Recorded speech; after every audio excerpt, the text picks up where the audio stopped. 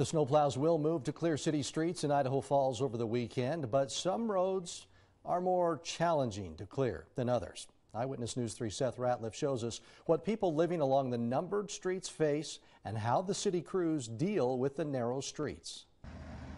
As winter weather hits Idaho Falls, some roads may be clear and safe to drive before others. Roads in Zone A were built when households typically had only one vehicle and both driveways and roadways were more narrow.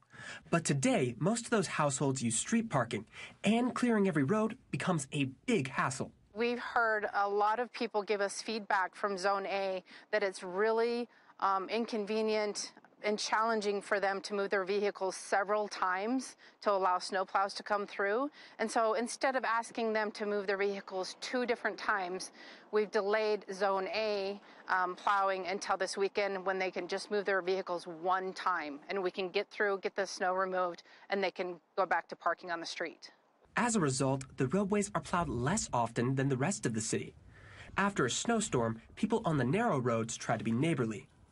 We help everybody out. We dig out, we shovel sidewalks.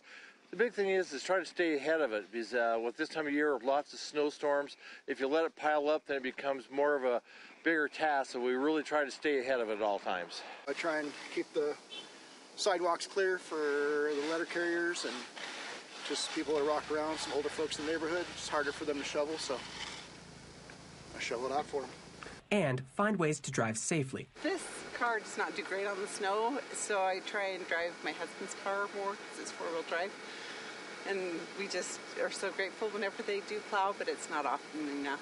But as winter and snowplow-related accidents continue across the state, the city asks drivers to be aware. We just want to remind folks to slow down, to increase the distance between you and the car in front of you, and then give yourself plenty of time to stop. And then, plan a little bit ahead of time to get where you're going each day.